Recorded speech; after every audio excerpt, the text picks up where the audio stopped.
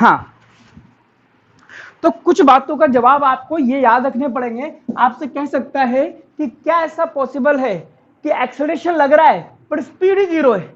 हाँ, पॉसिबल है। जब किसी पत्थर को आप नीचे से ऊपर फेंकते हो तो बिल्कुल टॉप वाले पॉइंट पर ऐसा संभव हो सकता है।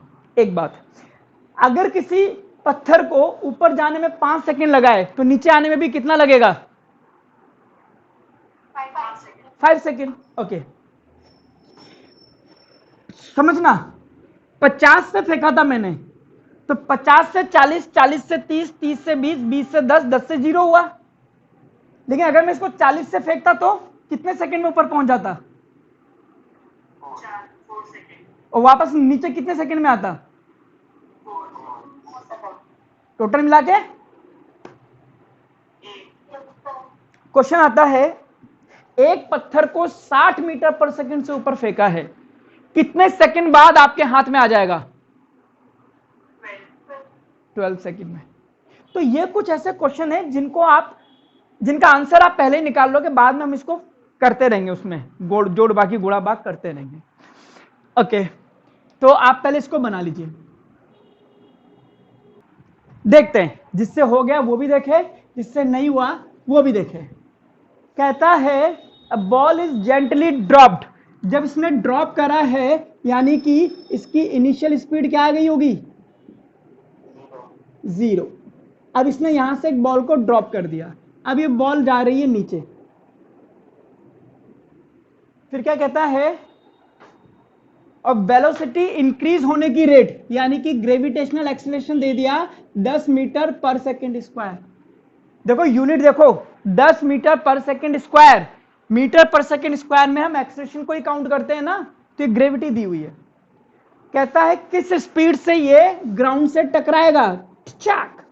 तो यहां पे इसकी फाइनल स्पीड आपसे पूछी है, तो मैं कह दूंगा v is equal to u plus g t, s is equal to u t plus half g t square, और v square is equal to u square plus 2gs। ये 3 इक्वेशन से मेरे ये क्वेश्चन सॉल्व होने वाले हैं। और अब मुझे ये देखना है कि इसमें से कौन सी इक्वेशन लगाऊं। मेरे से बोला फाइनल स्पीड निकालो, मैंने कहा मैं इससे निकालूंगा कि बहुत बढ़िया। कि इनिशियल स्पीड पता है कि हाँ कि 0, ग्रेविटी पता है कि हाँ पता है कि 10, कि g कितना है, t कितना है कि पता नहीं। अब मेरे पास टाइम नहीं है, अगर मैं इक्वेशन नंबर 1 लगाता हूं v is equal to u plus g t, drop हुआ है इसलिए मैं कह दूंगा इनिशियल स्पीड 0 है, g की वैल्यू 10 है, तो v is equal to 0 plus 10t आ गया, यानी कि v is equal to 10t आ गया इक्वेशन नंबर 1। मैंने कहा था कि क्वेश्चन पढ़ोगे तो लास्ट में देखना उसमें क्या पूछा है। उसने वेलोसिटी पूछी, मैंने इक्वेशन लगा दी। अब ये देखो कि इसमें से क्या नहीं है आपके पास। मैंने कहा यार टाइम नहीं है मेरे पास, कि ठीक है क्या मैं टाइम निकाल सकता हूं। मैंने कहा यार सेकंड इक्वेशन में देखो, क्या मुझे ये डिस्प्लेसमेंट दे रखा है कितना है कि नहीं है, इनिशियल स्पीड 0, टाइम नहीं है, तो यहां से भी मेरा काम नहीं चलेगा। फिर मैं थर्ड इक्वेशन पे आया, मैंने कहा यार अब क्या करा जाए, थर्ड इक्वेशन से काम चल सकता है क्या? तो इसने बोला, अच्छा क्वेश्चन एक बार पढ़ लूं, a ball is gently drop 20 metre, अच्छा हाइट 20 मीटर, शेड दिया हुआ है, तो रुक जाओ, सेकंड इक्वेशन में 20 मीटर रख देते हैं। s is equal to u t plus half g t square, initial speed 0 है, s है 20, तो इसको मैं लिख दूंगा 20 plus 20 is equal to 0 plus half 10 t square, यानी कि 20 प्लस 5 टी स्क्वायर, यानी कि 4 t square root 4 t square, तो टी हो जाएगा मेरे पास 2 सेकेंड। मैंने टाइम की वैल्यू निकाल ली। अब टाइम की वैल्यू रखूंगा इन इक्वेशन नंबर 2,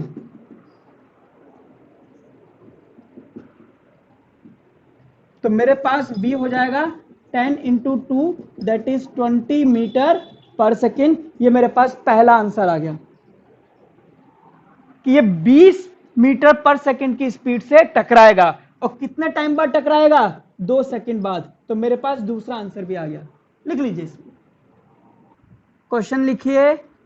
ये है एनसीईआरटी पेज नंबर 110 पर, एड्रेस लिख लेना, NCERT page number 10 question number 5।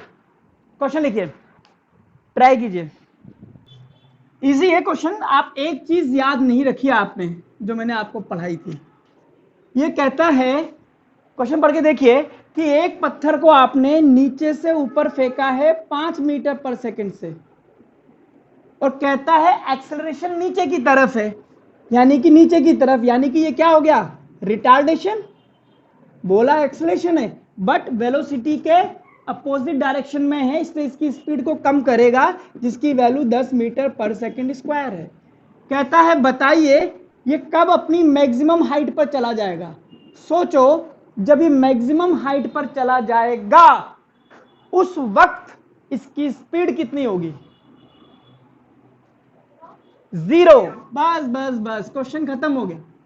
अब अगर मैं इसको A मान लूं, इसको B मान लूं, तो मैं लगा सकता हूं फॉर A टू B। मैंने कहा यार अपने पास बहुत सारी इक्वेशन है, अपन ने लगाई v equals to u minus g t, क्योंकि ये नीचे से ऊपर जा रहा है और रिटार्डेशन अपोजिट डायरेक्शन में है। s is equals to u t minus half g t square है, और v square is equals to u square minus 2gS। तो मैंने कहा मेरे पास इनिशियल स्पीड दे रखी है, फाइनल स्पीड भी है, इनिशियल है फाइनल भी है, और मेरे से पूछा है कितना टाइम लगेगा और कितनी ऊपर जाएगा। तो मैं ये पहली वाली इक्वेशन यूज कर लेता हूं। देखो v is equal to u minus g t, final speed कितनी हो जाएगी? 0। इनिशियल कितनी है? 5, g की वैल्यू 10 और t, तो 10t 5, 1/2 सेकेंड, यानी कि 0.5 सेकेंड में ये ऊपर पहुंच जाएगा। बोलो कोई दिक्कत इसमें? अब इसने पूछा कितना ऊपर जाएगा, यानी कि मुझे डिस्टेंस निकालनी है। तो मैं या तो ये वाली इक्वेशन लगा दूं या ये वाली निकाल दूं, किसी से भी मेरा काम हो जाएगा। बोलो सेकंड से निकालूं कि थर्ड से निकालूं? थर्ड से निकालते हैं। देखो v square is equal to u square minus 2gS।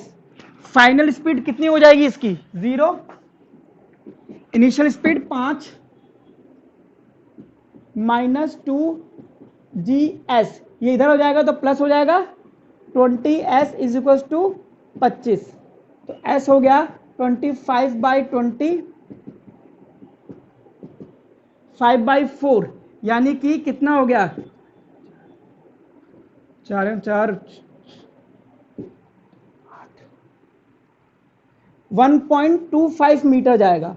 और अगर आप इससे नहीं निकालते हो तो आप सेकंड से भी निकाल सकते हो। s is equal to u t minus half g t square. तो s कितना है आपका? पता नहीं, ये तो निकालना ही है। इनिशियल स्पीड 5, कितना टाइम लग रहा है? आधे सेकंड का, माइनस हाफ 10 और आधे सेकंड का स्क्वायर, 2.5, 5, 0.25 या 1/4 मान लो। 2.5, 5 का आधा ढाई, ढाई का आधा 1.25, 2. यानी कि 250 में से 125 गए तो कितना बचा? 125 मीटर। कैसे भी कर लोगे आंसर देखिए सेम ही आ रहा है। ये याद रखना था कि यहां पे स्पीड 0 हो जाएगी बस। अब मेरा इसमें एक टॉपिक और बचता है, वो है यूनिफॉर्म सर्कुलर मोशन। इससे पहले मैं एक क्वेश्चन और करा देता हूं आपको, ठीक है? होमवर्क के लिए दे देता हूं, ठीक है ना? लिखिए लिखिए, होमवर्क के लिए क्वेश्चन लिखिए।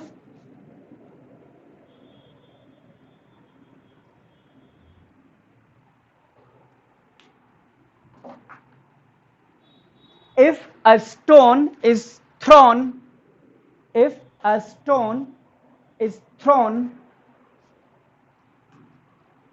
at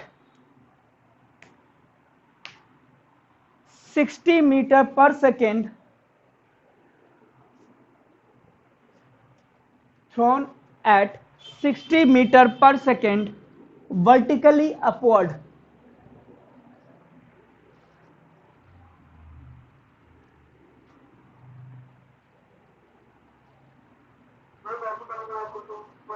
वर्टिकली अपवर्ड, ऊपर की तरफ 60 मीटर पर सेकेंड से फेंका है।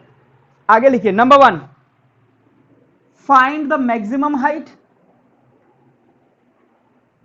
Find the maximum height.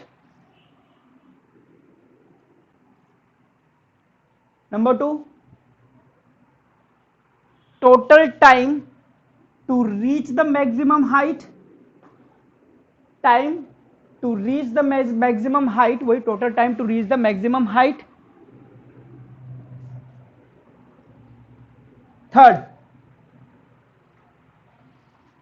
Third, after how much time he can catch the stone, after how much time he can catch the stone, after how much time he can catch, वापस से catch कर लेगा उसको, he can catch the stone। Next, what is the average velocity in whole journey, what is the average velocity in whole journey।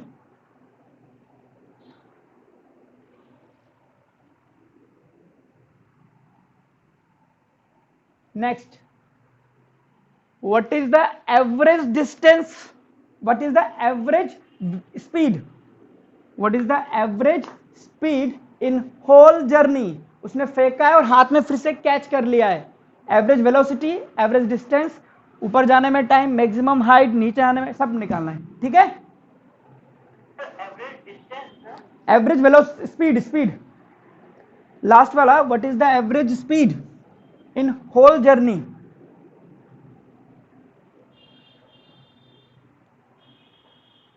और लिखिए, at what speed the stone will hit the hand when he catch it, at what speed the stone will hit, at what speed the stone will hit the hand of the boy।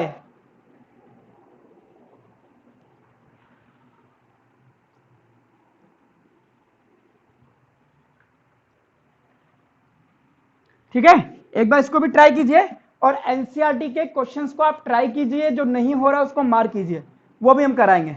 ठीक है, चलिए।